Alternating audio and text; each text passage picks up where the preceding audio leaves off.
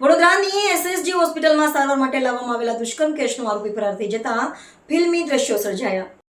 Injection મારવા માટે હાથકડી ખોલતા જ મુઠ્ઠી વાળીને ભાગ્યો હતો. પોલીસ કર્મી પાછળ દોડ્યા પણ હાથ ન લાગ્યો. હોસ્પિટલ નજીક નિર્માણાધીન બિલ્ડિંગમાં ઘૂસી જતા ડ્રોનની મદદથી શોધખોળ કરાઈ રહી છે. આરોપીને સલામત રીતે બહાર આવી જતા પોલીસના માઇકથી એનાઉન્સ પણ કરી રહ્યા છે. પોલીસ કર્મી જીતેન્દ્રસિંહે જણાવ્યું હતું કે આરોપીને વોર્ડ નંબર 5માં ઇન્જેક્શન અપાવવા લઈ જવામાં આવ્યો હતો. ત્યાં એક ઇન્જેક્શન આપ્યા બાદ બીજું ઇન્જેક્શન અડધા 1 કલાક પછી આપવાનું હતું અને સાથે 2 દવાની બોટલો પણ ચડાવવાની હતી અને દરમિયાન ત્યાંથી ધક્કો મારીને ભાગી નીકળ્યો હતો.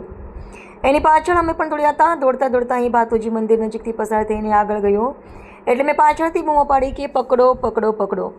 એ ત્યાંથી નીકળીને બાજુના એક મકાનમાં ઘૂસી ગયો હતો. તે કાચા કામનો આરોપી હતો. તે દાહોદનો રહેવાસી હતો.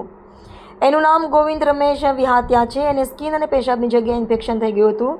તેથી તેને ચાવી લઈને તેને 19 નંબરના વોર્ડમાં સારવાર માટે લઈ જવામાં આવ્યો હતો અને બાદમાં ઇન્જેક્શન અપાવવા લઈ જતા તે ભાગી ગયો હતો.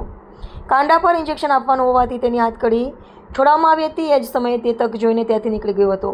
અમે તરત જ એની પાછળ દોડ્યા હતા.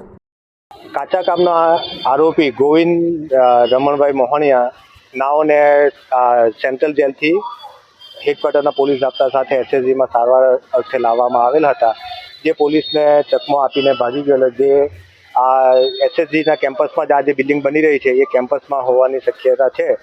જેથી અત્યારે ટીમો લગાવવામાં આવેલ છે અને અંદર સર્ચ ઓપરેશન ચાલુ છે. કેટલી ટીમો બની છે? ટોટલ 8 ટીમો બનાવી છે. એટલે અલગ અલગ પહેલાં ગ્રાઉન્ડ ફ્લોરથી ટોપ સુધી સર્ચ કરવામાં આવશે. ડ્રોનનો ઉપયોગ કરવામાં આવ્યો? હા, ડ્રોનના કેમેરાની પણ મદદ લેવામાં આવી છે. શું લાગે પકડાઈ ગયું? એ ચાલુ છે અમારા પૂરતા પ્રયત્ન અને સિટીની ક્રાઇમ ને પીસીબી બધી ટીમો આવે.